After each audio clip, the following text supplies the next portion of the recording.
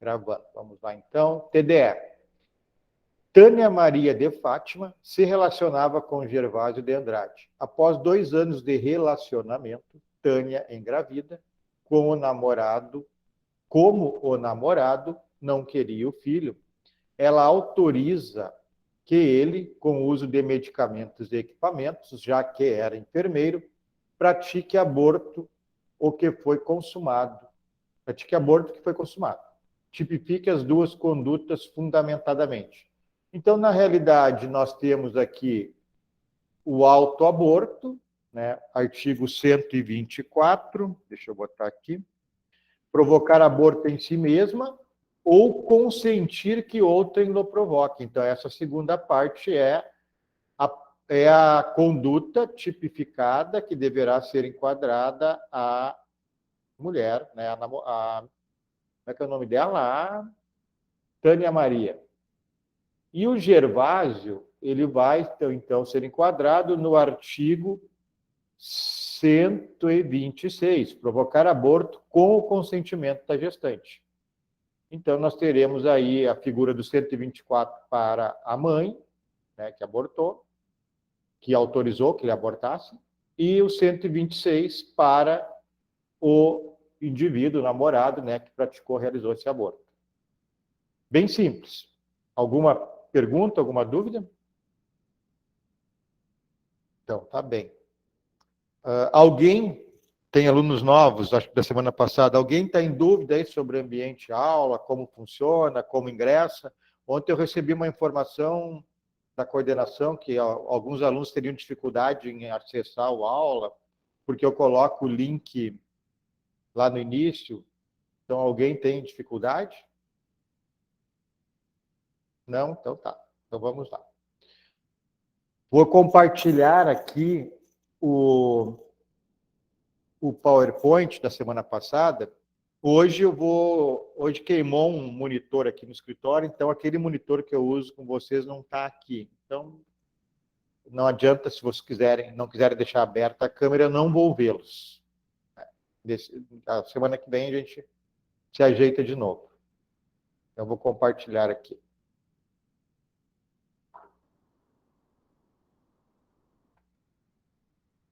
Aí é assim, pessoal, vocês não vou vê-los, então vocês têm que me chamar qualquer dúvida. Não adianta fazer pergunta pelo chat que eu não vou ver.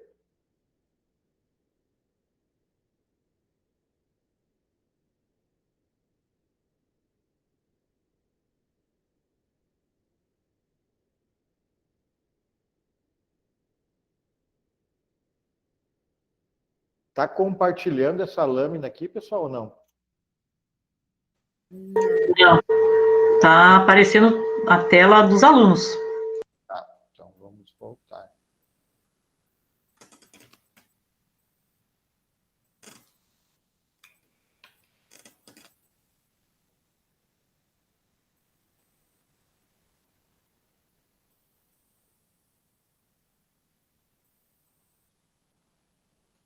Muito estranho. Não quer compartilhar, mas vamos ver o que acontece.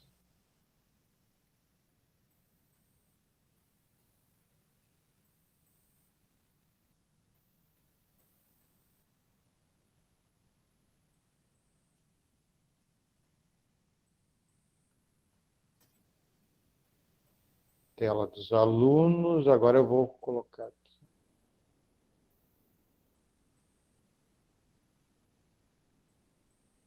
Não compartilhou. Agora tá certo. Tá aparecendo então. Crimes em espécie para nós. Tá, obrigado. Vamos lá, então. Nós paramos no parágrafo 1º, que é a lesão grave. Então, revisando rapidamente aqui, se alguém tiver dúvida, pergunte, né? Nós vimos na aula passada os tipos de lesão: leve, grave, gravíssima, seguida de morte, privilegiada, culposa, majorada, violência doméstica, contra a autoridade e lesão contra a mulher, que é uma inserção nova, o parágrafo 13. Então, nós paramos aqui na lesão corporal grave, parágrafo 1º, e vamos agora na gravíssima, que é o parágrafo 2º. Deixa eu colocar aqui a mesa para poder riscar para vocês alguma coisa. Então, enquanto isso, eu vou falando. Ó, alguém pediu para ingressar. Esse é um problema que eu vou ter que retirar do compartilhamento.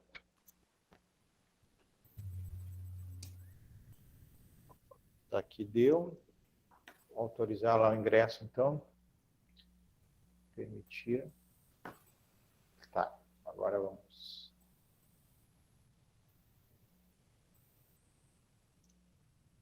Compartilhando com vocês? Sim. Sim, professor. Valeu. Então, lesão corporal gravíssima, parágrafo 2º.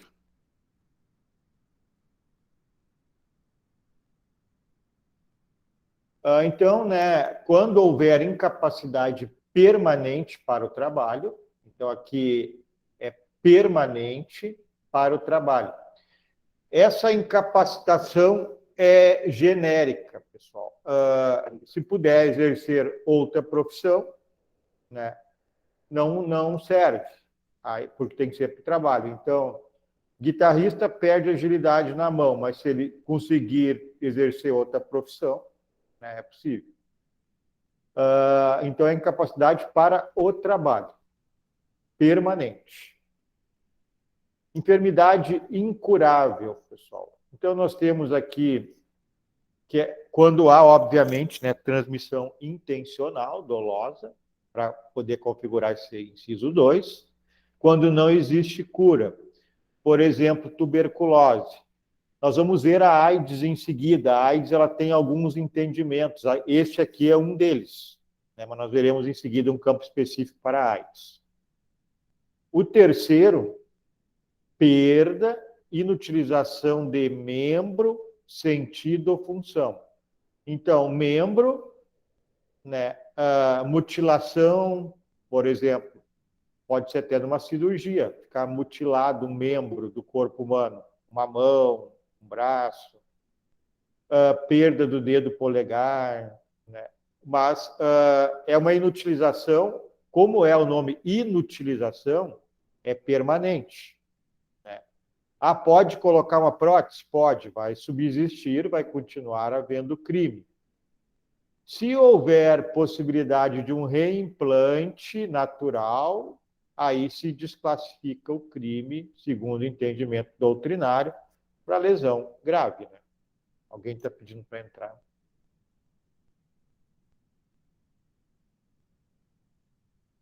Semana que vem eu vou arrumar outro monitor, daí a gente evita esse problema.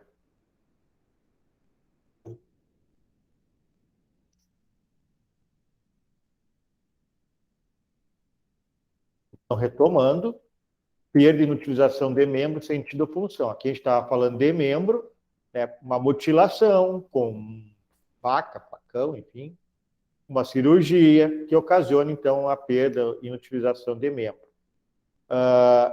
Se tratar de, aqui, perdeu o membro, né? Inutilização, se entende que ela permanece ao corpo, porém, não tem função nenhuma, né? Não mexe o braço, por exemplo.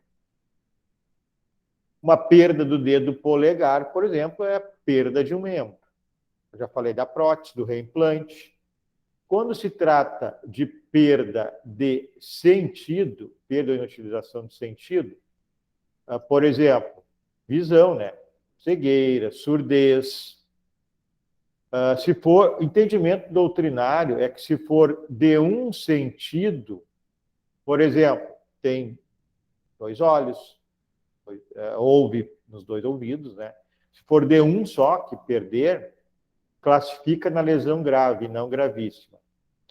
Eu vi que alguém perguntou aí, tem que falar, eu não vejo se tem pergunta. Pode falar. Foi só um colega dando boa noite. Professor. Então tá. Obrigado. Função, pessoal. Então, por exemplo, função reprodutora, função respiratória. Eu quero voltar aqui. Aqui é debilidade na lesão grave, debilidade permanente de membro, sentido ou função. No parágrafo 2º, é perda ou inutilização. Por isso que ela é classificada como a pena maior, aquela que comumente nós chamamos de lesão gravíssima. Então, esta parte aqui do sentido, se entende que se tem cegueira de uma vista, só de um olho, vai ser enquadrado lá na lesão grave e não na gravíssima. Tranquilo isso? Sim.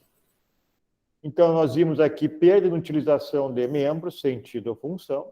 Agora, deformidade permanente. Deformar, tem que ver o sentido da palavra. Dano estético visível, que seja considerado vexatório. Então, um enorme corte profundo no rosto, queimadura muito visível no rosto, grande, né? Então, é uma deformidade, é um dano estético visível e que tenha caráter, que tenha a condição de projetar de maneira vexatória a situação à vítima, né? O inciso 5, nós temos a questão do aborto. Então, pela lesão corporal ocorre o aborto. Nós vimos antes que, se for caso de aceleração do parto em vista da lesão, aí será lá na lesão corporal grave. Aqui na gravíssima é abortar.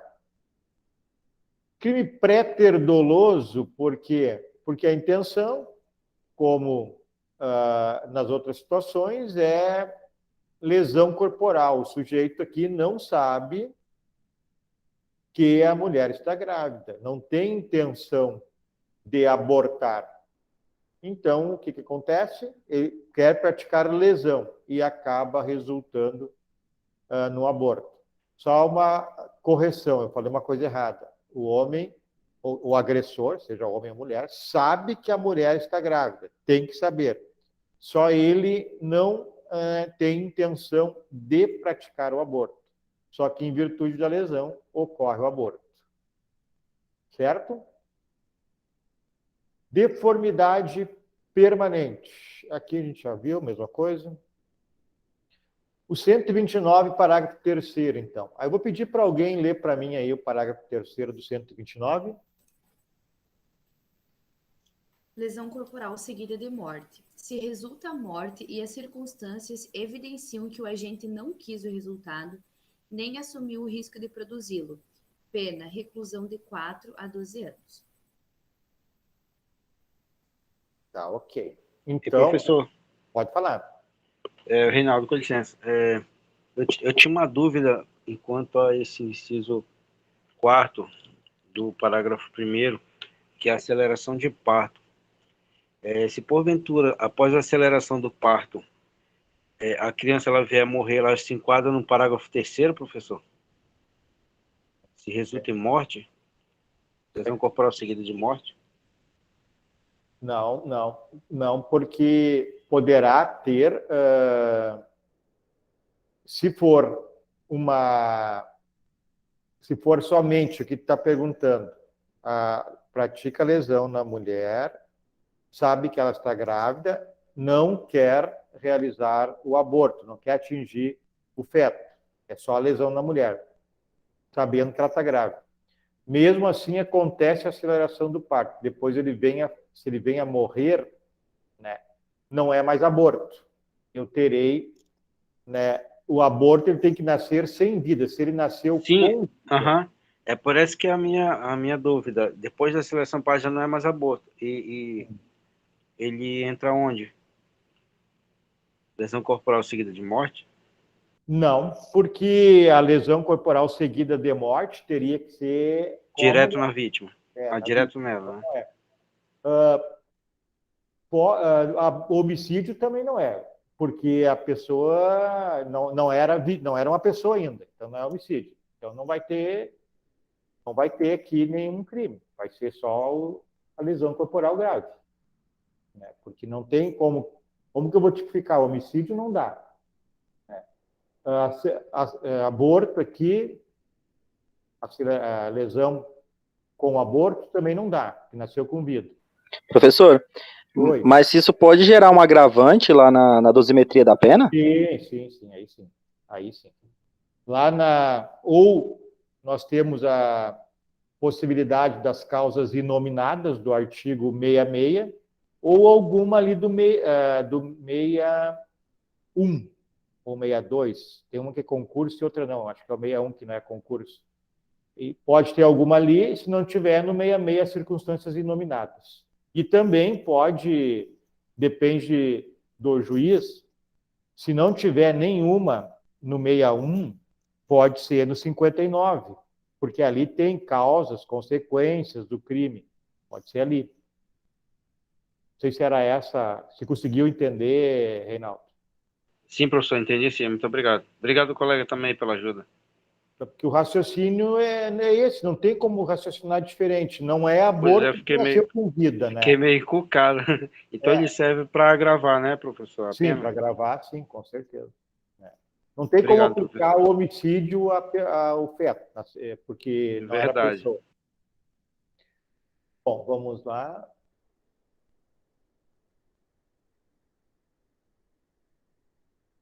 Reinaldo, me diz mais uma coisa aqui. Quando tu faz a pergunta, tu diz que nasce a criança com vida e depois vem a falecer, é isso? Isso mesmo, professor. Acho que eu estava encucado. Uhum. Que acelera o parto e a criança nasce com vida. Aí demora um pouquinho, ela vem a falecer, né? Eu estava encucado. Onde se enquadraria isso? Em tese, é o que eu te falei, né? Porque fazendo essa análise que eu fiz contigo, eu não consigo ver outro. Como é que eu vou imprimir um homicídio a esse sujeito, né? Na realidade, para começar, é um crime pré-ter-doloso, ou seja, ele não queria matar ninguém. Aí eu não posso colocar um homicídio culposo, né? Porque nasceu com vida, né? Dá para pensar em linkar uma com uma concausa. Né? Eu vou dar uma pensada melhor nessa tua colocação e a gente volta a conversar, tá, Reinaldo? Tudo bem, professor. Obrigadão. Para não deixar isso assim, né, meio no ar, eu vou pensar, fazer uma análise melhor de ser com mais tempo. Bom, então, o parágrafo 3º do 129, crime pré-ter doloso. Por exemplo, dá uma facada na perna do sujeito, atinge a artéria e morre, né? A artéria aorta, né? E morre por hemorragia. Na realidade, o sujeito não tinha interesse em matar ninguém. Ele tinha interesse em lesionar. Então, nesse caso, eu terei a lesão corporal seguida de morte. Agora, não dá para confundir a questão do indivíduo que possui hemofilia. Você sabe o que é hemofilia? É aquela doença, né, que não coagula o sangue. Lembram disso? Sim, professor. Aquela que a pessoa perde sangue, né? Isso aí é uma concausa que pode qualificar como homicídio. Então, o sujeito, ele tem a hemofilia.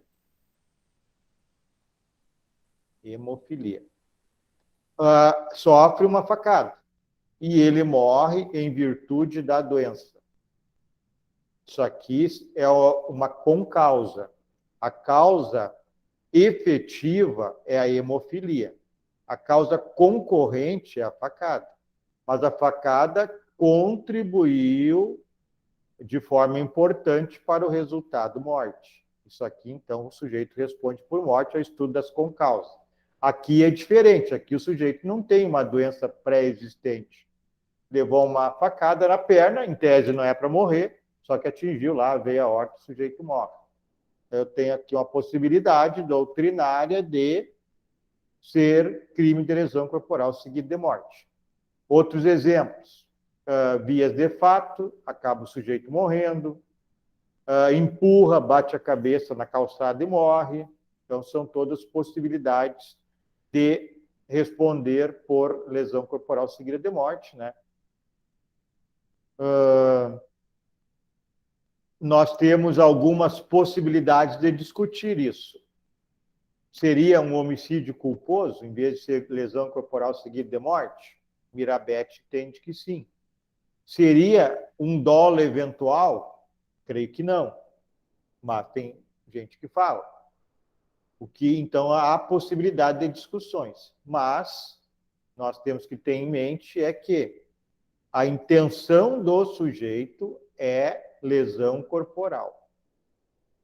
E, culposamente, surge a morte, que ele não tinha intenção. Então, empurrar o sujeito, ele bater, cai no chão, bate a cabeça, dá para aplicar o homicídio culposo? Eu acho que não. Minha opinião, não. Mas o Mirabete é um grande doutrinador, vocês conhecem, defende que sim. Então, é uma possibilidade de se discutir. Está bem assim ou querem alguma explicação maior? Tá bom, professor, deu para entender. Bom, nós temos um caso de diminuição de pena previsto no parágrafo 4º. Pode ler para mim aí? Sim. Se o agente comete o crime impelido por motivo de relevante valor social ou moral, ou sob domínio de violenta emoção, logo em seguida a injusta provocação da vítima, o juiz pode reduzir a pena de 1/6 a 1/3. Tá. Então, é o mesmo que nós temos lá no homicídio privilegiado, nós temos aqui, né? Relevante, valor social ou moral, ou logo após a injusta provocação da vítima, né? Então, nós temos aqui... Pode ler para mim o parágrafo 5º também, hein, porque eu já vou fazer junto a explicação. Sim. O juiz, não sendo graves as lesões, pode ainda substituir a pena de detenção pela de multa, de R$200 mil a 2 contos de réis. Inciso 1º, se ocorre qualquer das hipóteses do parágrafo anterior. Inciso 2º, se as lesões são recíprocas. Tá. E qual é a redução de pena do parágrafo 4º, para vocês terem a noção? É de 1/6 a 1/3. Tá. 1/6 a 1/3. Então, olhem só. Se o sujeito praticar lesão leve, ele tem uma redução de pena do parágrafo 5º. Se ele praticar, ele tem uma aplicação do parágrafo 5º. Se ele praticar lesão grave, gravíssima ou seguida de morte, poderá haver essa diminuição de pena. Vamos lá de novo para ficar bem claro. Eu vou compartilhar aqui o Código Penal. 129, parágrafo 5º. Substituição de pena. O juiz, não sendo graves as lesões, então é lesão simples, leve, pode substituir a pena de detenção pela de multa. Aí vem as hipóteses. O parágrafo 4º, que a gente está lendo, diz: se o agente comete crime impelido por motivo de relevante valor social ou moral, ou sob domínio de violenta emoção, logo em seguida a injusta provocação da vítima, o juiz pode reduzir a pena de 1/6 a 1/3. Bom, se vocês estivessem no lugar desse sujeito que praticou a lesão, o que é melhor, em tese? É cumprir uma pena privativa de liberdade, que pode ser de 2 a 8 anos, se for grave, ou melhor, substituir a pena por, o juiz sendo graves as lesões, não sendo graves, pode ainda substituir a pena de detenção para de multa. Então, quando fala pode, na realidade, esta é a decisão que tem que ser tomada, porque é vantajoso para o réu substituir a pena, né, de lesão corporal, que é reclusão, por pena de detenção, que é, ou pela de multa, que é menos grave. O cumprimento da detenção é menos grave que da reclusão. Então, se o parágrafo 5º, isso que eu quero, estou falando tudo isso para explicar para vocês que o parágrafo 5º, quando diz pode, na realidade é um direito do réu, se a lesão for leve, substituir a pena de detenção pela demulta. Pena de detenção pela demulta. Enquanto que, se for lesão grave ou gravíssima, se for impelido por motivo de relevante valor social ou moral, ou domínio de violenta emoção, reduz de 1/6 a 1/3. Então, deixando bem claro, parágrafo 2º e parágrafo 3º, a redução se dá no caso do relevante valor social ou moral, ou domínio de violenta emoção, se dá de 1/6 a 1/3.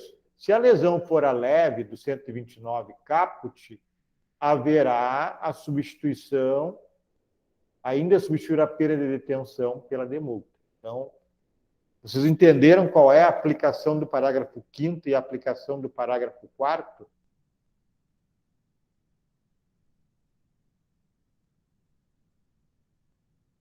Não entenderam? Vou explicar de novo.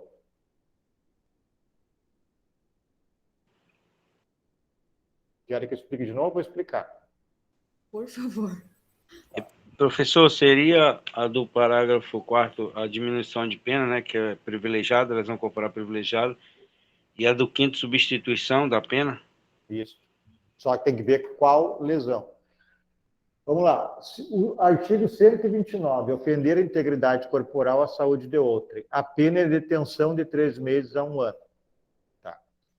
Se o sujeito praticar esta lesão aqui, nós vamos lá para o parágrafo 5º, que diz assim: o juiz, não sendo grave as lesões, portanto, é o 129 caput, que tem pena de detenção de 3 meses a 1 ano, pode ainda substituir esta pena de detenção de quanto tempo? De 3 meses a 1 ano, por multa. Então, se o sujeito for condenado por qualquer delito não, por qualquer pena, por qualquer maneira que cometer o crime de lesão corporal, leve, pena de 3 meses a 1 ano, o juiz poderá reduzir, trocar a sua pena, substituir, que é de detenção por demulta. O parágrafo 4º, ele é ligado, então, ao crime do parágrafo 2º e do parágrafo 3º.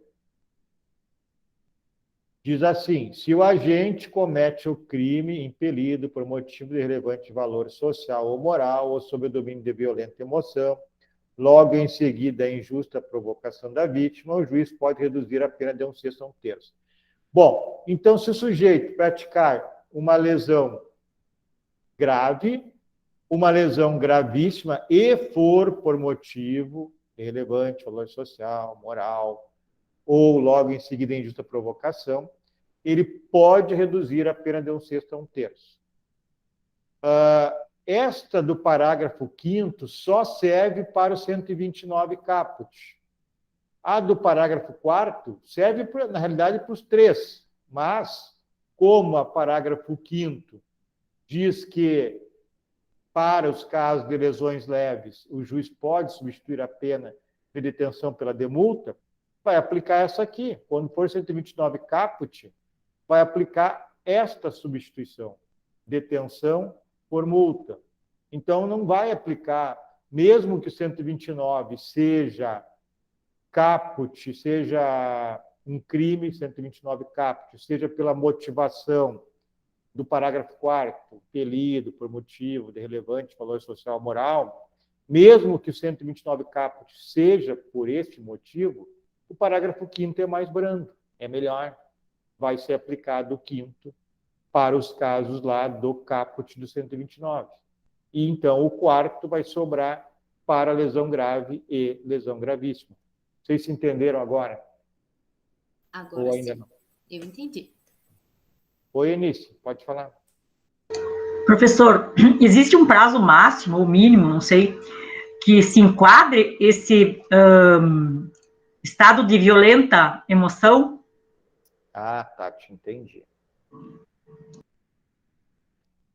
Se o agente comete o crime impelido por motivo de relevante valor social ou moral ou sob domínio de violenta emoção, logo em seguida a injusta provocação da vítima. Né? Então, na realidade, não existe um prazo estipulado. Agora, não pode ser um prazo muito longo. O sujeito ele tem que estar com a condição psicológica um tanto quanto abalada. Né? Se vai ficar 3 dias depois, sei lá, 5 dias depois, o sujeito já parou para pensar, esfriar a cabeça. Né? Então tem que ser algo um período bem curto nisso. Não tem um prazo certo, mas tem que ser um período curto. Ok, obrigada. Alguém não entendeu ali a redução de pena? Posso ir adiante, então? Vamos lá. Sim.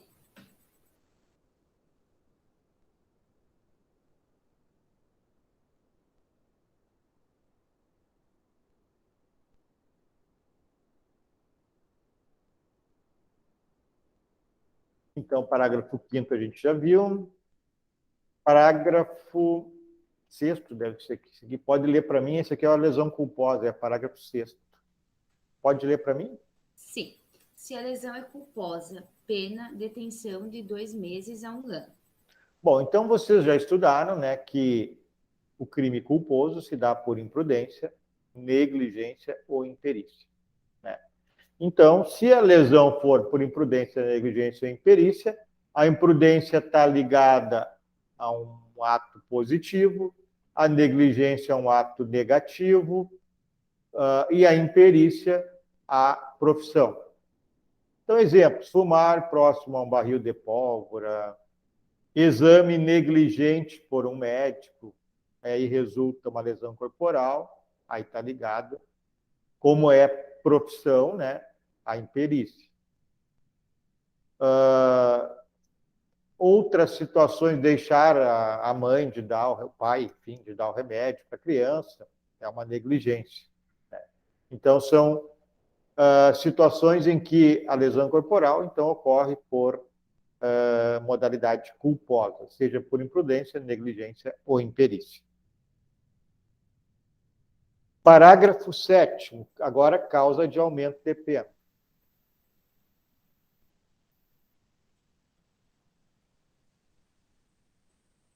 Diz assim o parágrafo 7º. Aumento de pena. Aumenta-se a pena em 1/3 se ocorrer qualquer hipótese do parágrafo 4º do 6º do 121. O que diz o 4º do 121? São os casos de aumento de pena, que tem lá no 121. Então, repetindo, parágrafo 7º. Aumenta-se a pena de lesão corporal, que nós estamos trabalhando, em 1/3 se ocorrer qualquer das hipóteses do parágrafo 4º e do 6º do artigo 121. O 4º é aumento de pena tanto doloso quanto culposo. Vamos ler lá o 4º, então, do 121. Diz assim: no homicídio culposo, a pena é aumentada de 1/3 se o crime resulta de inobservância de regra técnica de profissão, arte ou ofício, ou se o agente deixa de prestar imediato socorro à vítima, não procura diminuir as consequências do seu ato, ou foge para evitar prisão em flagrante. Então, se ocorrer lesão corporal nesses casos aqui, aumenta-se 1/3 também. E sendo doloso, né, quando o fato é praticado contra menor de 14 anos ou maior de 60 anos. Também aumenta 1/3 na lesão corporal. E o parágrafo 6º do homicídio, que é o aumento de 1/3 também, serve para lesão corporal, é quando a lesão for praticada por milícia privada sob pretexto de prestação de serviço de segurança ou grupo de extermínio. Então, o artigo 129, no parágrafo 7º, traz essa causa de aumento de pena para crimes praticados de lesão corporal, né, praticados no exercício da profissão, ausentar-se do local do crime para fugir à responsabilização, contra menor de 14 anos, maior de 60, aumenta-se também em 1/3 a lesão corporal, tanto quanto lá no homicídio. E o parágrafo 8º do 129 diz que aplica-se a lesão culposa o disposto no parágrafo 5º. O parágrafo 5º é o perdão judicial, né, pessoal? Então, no caso da lesão corporal, também, lesão corporal culposa, né? Também se aplica o perdão judicial, que é quando o fato, o resultado praticado pela pessoa, pelo agente, ele é tão grave que desnecessária se torna uma pena. Por exemplo, o pai que deixou o filho dentro do carro, no sol, lá, enganado, né? Mudou seu roteiro, seu cotidiano, esqueceu o filho no carro, no sol, e ele, por algum motivo, ficou com lesão. Por esse motivo, ficou com alguma lesão. Então, ele não vai sofrer pena, vai ser alvo do perdão judicial, que é um direito subjetivo, e não cria reincidência também. Certo? Tiverem dúvidas, perguntem. Vamos ver aqui o parágrafo 7º, né? Não, 9º. Violência doméstica. Se a lesão for praticada contra ascendente, descendente, irmão, cônjuge ou companheiro, ou com quem conviva ou tenha convivido, ou ainda prevalecendo seu agente das relações domésticas de coabitação ou de hospitalidade. Pena de detenção de 3 meses a 3 anos. Então, só lembrando que nós vimos lá no homicídio que quando trata de mulher, é uma condição objetiva.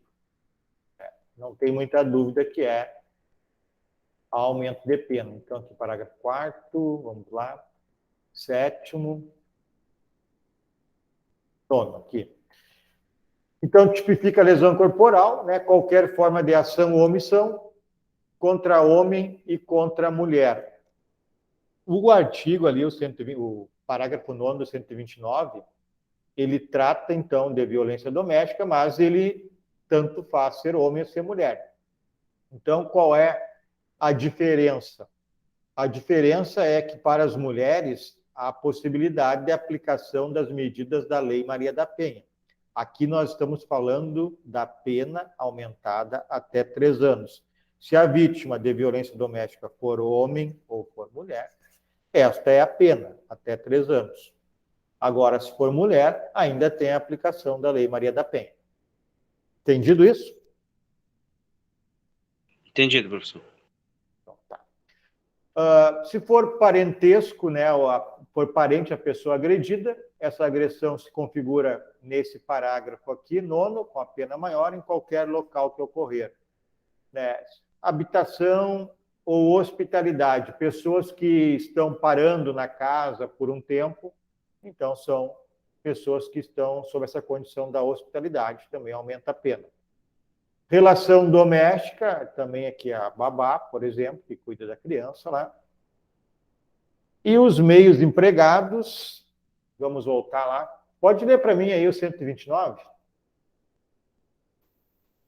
Sim, o senhor quer que leia O parágrafo 9º. De novo, para repetir. Se a lesão for praticada contra ascendente, descendente, irmão, cônjuge ou companheiro, ou com quem conviva ou tenha convivido, ou ainda prevalecendo seu agente das relações domésticas, de coabitação ou de hospitalidade, pena detenção de 3 meses a 3 anos. Tá. Então, os meios empregados, aqui só por curiosidade, tanto faz, né? Se agredir a pessoa com fogo, com água, com energia corporal, né? Com soco, qualquer meio empregado, desde que resulte lesão corporal e esteja nesse contexto aqui de violência doméstica ou familiar, que aí inclui quem está parando há algum tempo, babá, né? Etc. O parágrafo 10, então, trata da violência doméstica com aumento de pena. Pode ler para mim o 10? Sim. Nos casos previstos nos parágrafos 1º a 3º deste artigo, se as circunstâncias são as indicadas no parágrafo 9º deste artigo, aumenta-se a pena em 1/3. Vamos lá, então. Parágrafo 1º, lesão corporal grave. Parágrafo 2º, lesão corporal gravíssima. E o parágrafo 3º, lesão corporal seguida de morte. Então, se for no contexto da violência doméstica, temos mais 1/3 sob aquelas penas lá do 129, parágrafo 1º, do 129, parágrafo 2º e do 129, parágrafo 3º. Se for nesse contexto, então, da violência doméstica, que nós acabamos de ver, o parágrafo 9º, que a colega acabou de ler para nós. Posso ir adiante? Alguma pergunta? Vamos lá. Parágrafo 11. Por favor, faça a leitura para mim. Aqui trata da pessoa com deficiência. Sim. Na hipótese do parágrafo 9º deste artigo, a pena será aumentada de 1/3 se o crime for cometido contra a pessoa portadora de deficiência. Então, nós estamos falando, até vou corrigir aqui um pouquinho, é violência doméstica e familiar, né? Não é só em relação a morar junto na mesma habitação, ou ex-mulher, etc. É familiar, pai, irmão, etc. Então, se a pessoa vítima tiver alguma deficiência, teremos esse aumento de pena de 1/3 nesse contexto do 129, doméstica e familiar a violência. Aqui a nota que vocês têm que guardar é que o agressor tem que saber da deficiência, senão se configura punição objetiva, que não é o caso do nosso direito penal. O indivíduo tem que saber que ele está agredindo alguém com deficiência, senão se caracteriza punição objetiva. O indivíduo é punido por não saber o que está fazendo. Parágrafo 12º, lê para mim. Se a lesão for praticada contra a autoridade ou agente descrito nos artigos 142 e 144 da Constituição Federal, integrantes do sistema prisional e da Força Nacional de Segurança Pública, no exercício da função ou em decorrência dela, ou contra seu cônjuge, companheiro ou parente consanguíneo até 3º grau, em razão dessa condição, a pena é aumentada de 1 a 2/3. Tá. Então, nesse caso aí, se a lesão corporal for praticada contra integrantes das Forças Armadas, artigo 142, integrantes da Segurança Pública, artigo 144, integrantes do sistema prisional brasileiro, dos estados, claro, também, né? Integrantes da Força Nacional, contra seus parentes, desde que tenha esta condição aqui. Em razão da função, praticada esta lesão corporal. Em todas as lesões, todas as modalidades de lesões que nós vimos até agora, exceto, claro, né, a culposa, porque aí não tem objetivo nenhum de punir a lesão culposa. O sujeito não queria praticar a lesão lá no policial. Então, essa aqui está fora. Todas as demais, praticadas contra o servidor, estes aqui, ou contra parentes, desde que a lesão tenha ocorrido em razão da função do servidor, nós teremos esse aumento de pena. Perguntas?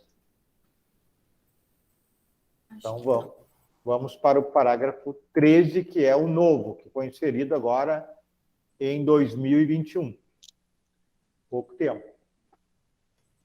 Se a lesão for praticada contra a mulher por razões da condição do sexo feminino, nos termos do parágrafo 2º-A do artigo 121. Quem lembra o que é isso? Feminicídio. Lembrem que eu falei para vocês que o feminicídio, conforme o Guilherme de Souza Nucci, é praticamente uma condição objetiva. Se a violência for no contexto da violência doméstica, vai haver enquadramento no feminicídio. Então, aqui é a mesma coisa. Se a violência que resultou lesão corporal for no contexto da violência doméstica, vai ser violência pelas mesmas razões do feminicídio, condição do sexo feminino. Então, eu terei aqui uma pena maior de 1 a 4 anos. Isto aqui vai substituir muitíssimas vezes o parágrafo 9º. Então, se for uma violência doméstica, pela condição de mulher, aqui, ó, que a pena era de 1 a 3 anos, normalmente, esse parágrafo 9º vai ficar inutilizado pelo parágrafo 3. Entenderam isso? Sim. Ninguém ficou com dúvida? Então, vou substituir o slide. Vou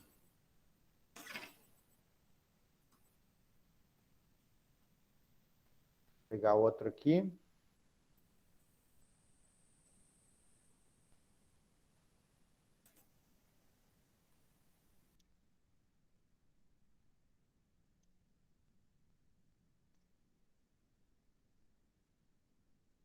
Bom, nós terminamos o artigo 129, que é um artigo bem extenso. Agora tem diversos pequenos artigos para a gente dar uma trabalhada. Então, nós temos aqui, começando pelo 130, né? E aí vamos ver aqui as condições da ação lá dos crimes do 138, 139, 140. Mais algumas questões gerais dos crimes contra a honra da pessoa. Mas vamos começar pelo 130. Esses crimes que nós veremos agora são crimes subsidiários, né? São imputáveis, então, quando não constituem crimes mais graves, porque eles, na realidade, são considerados crimes de perigo. Se nós veremos alguns crimes agora, se eles constituírem um crime mais grave, se aplica o crime mais grave. Mas, se não ocorrer o crime mais grave, se aplica esses crimes que nós passaremos a ver agora. Primeiro deles, artigo 130.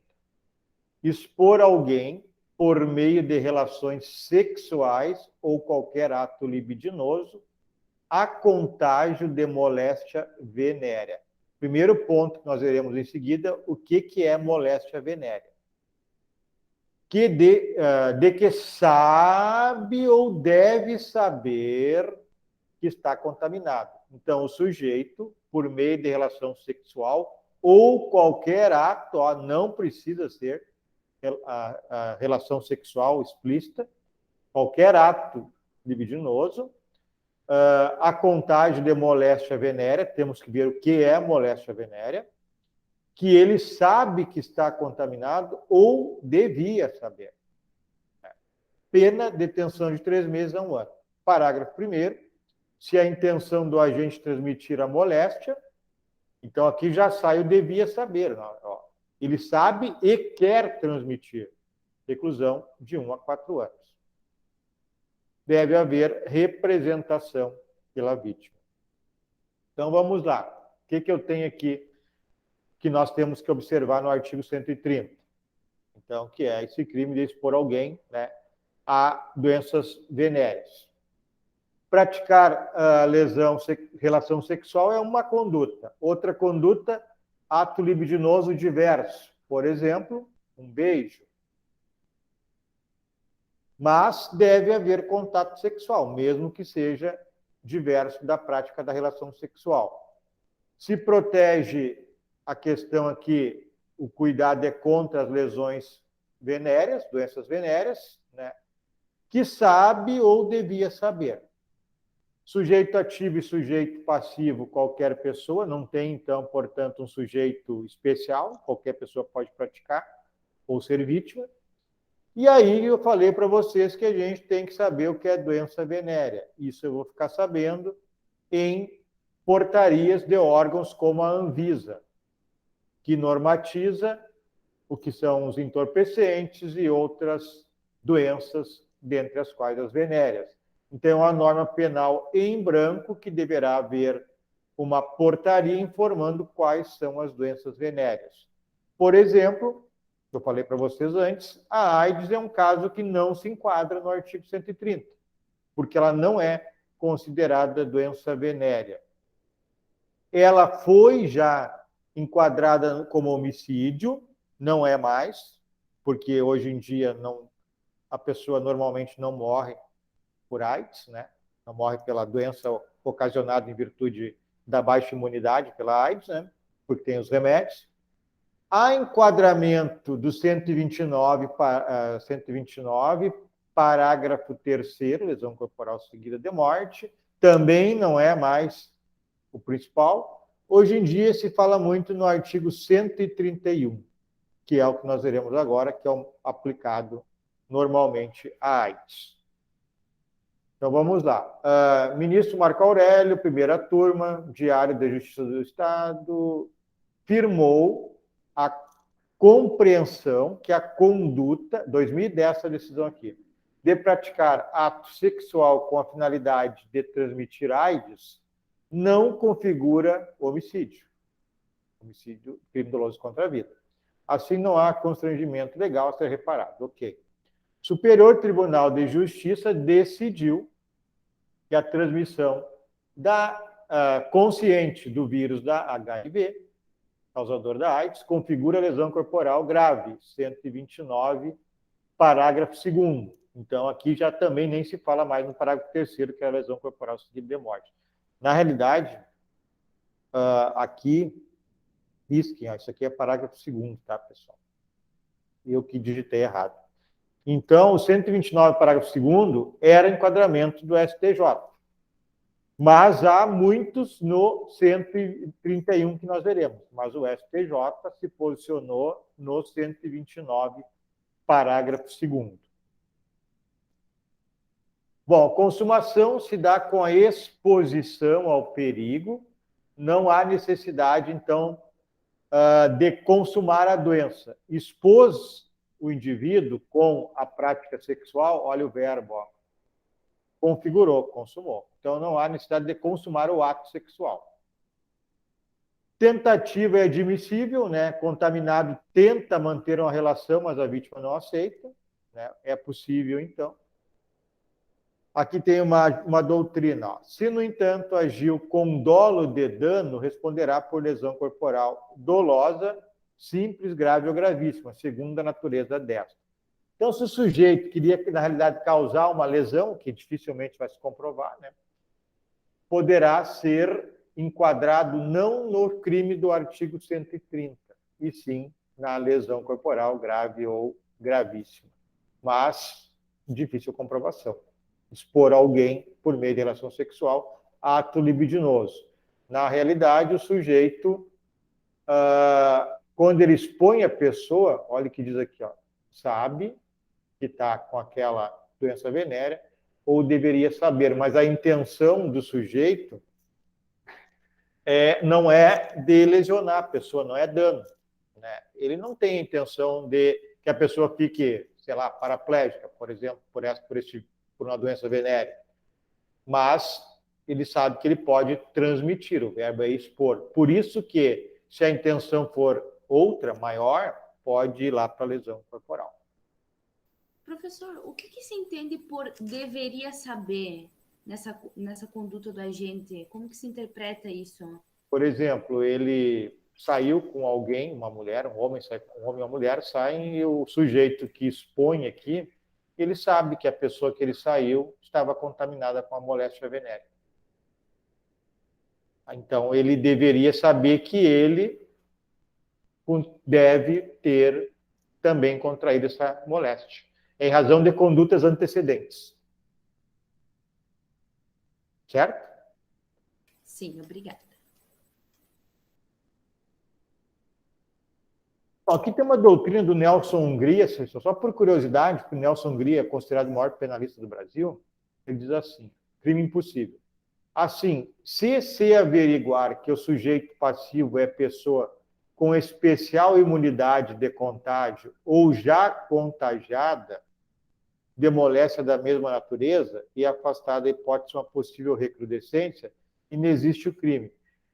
Então, o Nelson Hungria dizia, né, já é morto, que se o indivíduo já tem a doença, ele não pode ser contagiado de novo. Então, seria caso de crime impossível. Professor? Pode falar. Licença. Nessa mesma linha de raciocínio, há um tempo atrás, na aula de Direito Penal, teve uma indagação, né, de um possível crime o seguinte: a pessoa, né, o agente iria se suicidar, pular do prédio, né? E no momento que ele estava caindo do prédio, um atirador ia e conseguia atirar um tiro fatal nele e matava ele durante a queda. No caso, esse seria uma hipótese de crime impossível ou não? Crime impossível, vamos lá. O indivíduo, então, ele ia cometer o suicídio, né? Queda, e leva um tiro. O resultado é morte, né? Exatamente. Tá.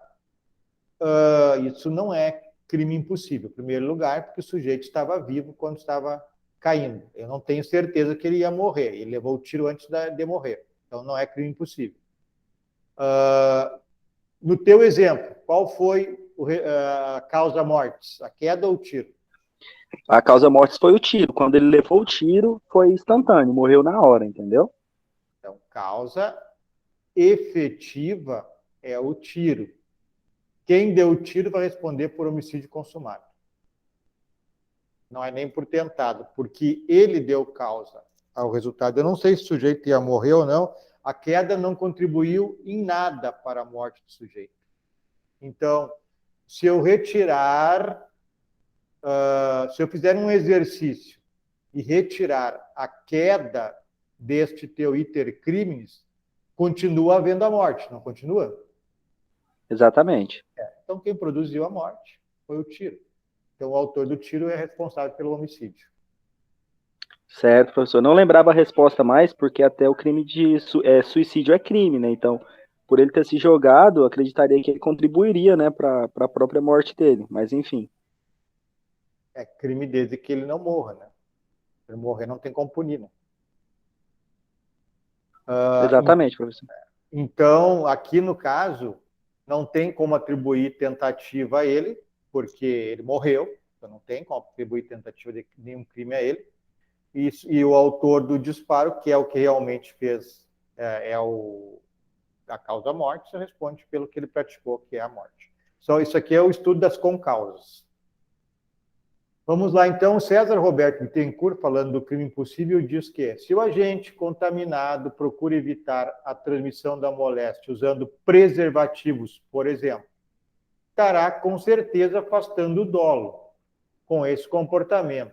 Se sobrevier eventual contaminação, em tese, não deverá responder sequer por lesão corporal culposa, pois tomou os cuidados objetivos requeridos na circunstância.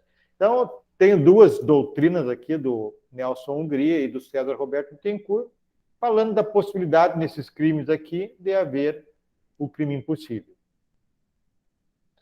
O parágrafo 1º diz, se a intenção do agente transmitir a moléstia, então, olha só para vocês não confundirem, no caput, o sujeito não tem a intenção de transmitir, ele expõe a pessoa, porque ele sabe que tem a moléstia venérea, ou deveria saber, mas ele não tem a intenção de transmitir a moléstia, é expor. Agora, vem o parágrafo 1º e diz, se a intenção é transmitir a moléstia, aí aqui eu tenho um aumento de pena que vai até 4 anos. Reclusão de 1 a 4 anos.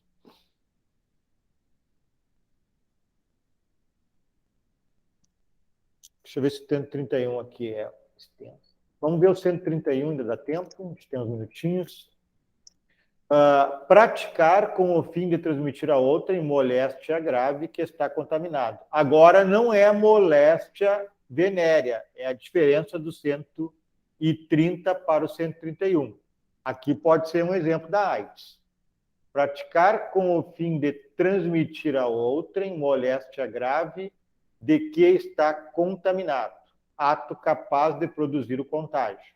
Aqui é qualquer ato, tá, pessoal? Que não está falando em relação sexual. Então, praticar com o fim de transmitir, quer transmitir, tem o fim. Moléstia grave, qualquer moléstia de que está contaminado, ato capaz de produzir o contágio. Então, praticar qualquer ato. Pergunto para vocês, quando fala aqui, praticar com o fim de transmitir a outra em moléstia grave, de que está contaminado, O sujeito sabe que está com uma doença venérea e aí ele quer transmitir ao parceiro. Ele vai incidir no artigo 131?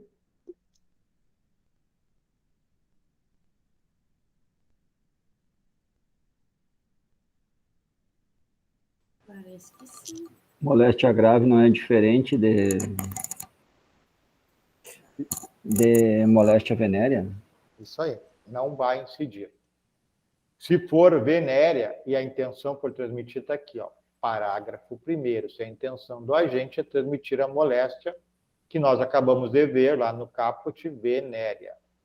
Então, nesse caso aqui, não pode ser moléstia venérea, qualquer outra moléstia grave, como a AIDS, por exemplo. Alguém levantou a mão aí? Fui eu, professor. Não, comentando nesse assunto aí de contágio, aqui em Palmas, Tocantins, onde que eu resido, aconteceu um caso recentemente de uma pessoa que tinha conhecimento da doença, que ela tinha herpes, né? Passou para um montão de gente. E a herpes eu não sei se é moléstia venérea ou não. Alguém sabe, hein? Disso eu não sei, mas entraram, tipo assim, eu sei que fizeram como se fosse uma ação coletiva. Como foram várias pessoas, deram entrada no boletim de ocorrência junto, tal. Foi mais de 10 pessoas. Então, se for moléstia venérea, vai para o 130. Se não for moléstia venérea, for outra moléstia grave, 131. Ah, sim. Não, eu só comentei isso por conta, puxando um assunto aí da aula. Ótima a tua intervenção, é bom que a gente vai discutindo e aprendendo junto. Vamos dar uma pesquisada, eu vou descobrir, você também pode descobrir e colocar lá no nossa sala de interação se herpes é moléstia venérea ou não. A gente é só olhar na portaria. Eu vou aproveitar e vou dar uma olhada aqui enquanto o senhor vai dando aula. Tá bem, então. Professor, já dei uma olhadinha aqui no artigo, é DST, herpes. Doença sexualmente transmissível. Isso será que quer dizer venérea? Eu acho que sim, quando ela é considerada DST, normalmente é doença venérea, né? Eu creio que sim também.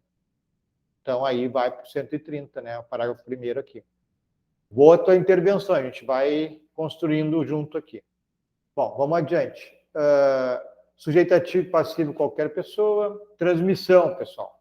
Então, a transmissão do 131, praticar com o fim de transmitir a outra moléstia grave, pode se dar de inúmeras maneiras. Qualquer ato capaz de transmitir, seja um beijo, um espirro, lamber um talher, e inclusive o ato sexual, né? Que foi aí provavelmente o caso que o colega falou. Não se trata de norma penal em branco, porque grave e contagiosa decorre da própria doença, é um elemento normativo, por exemplo, tuberculose, gripe suína, a AIDS. Então, conforme ali foi falado, a herpes certamente, ou provavelmente, seja uma moléstia venérea. Então, vai se inserir no artigo 130, parágrafo 1º.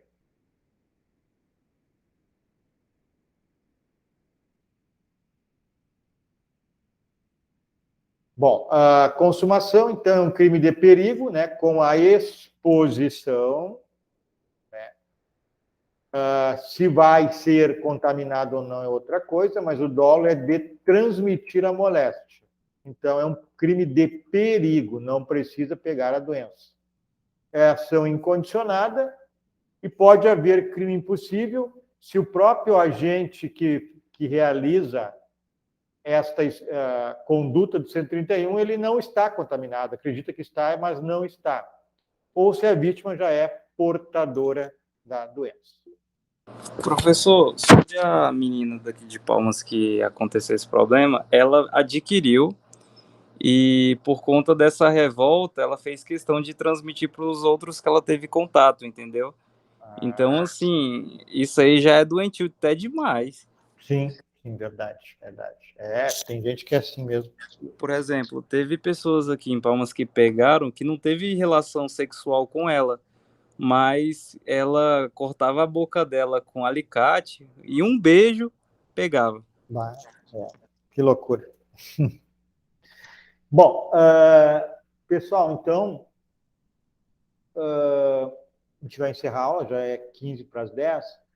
A gente fica ali para discutir na aula que vem. Eu vou dar uma pesquisada melhor, vou pensar, fazer uma análise daquela situação que ficou.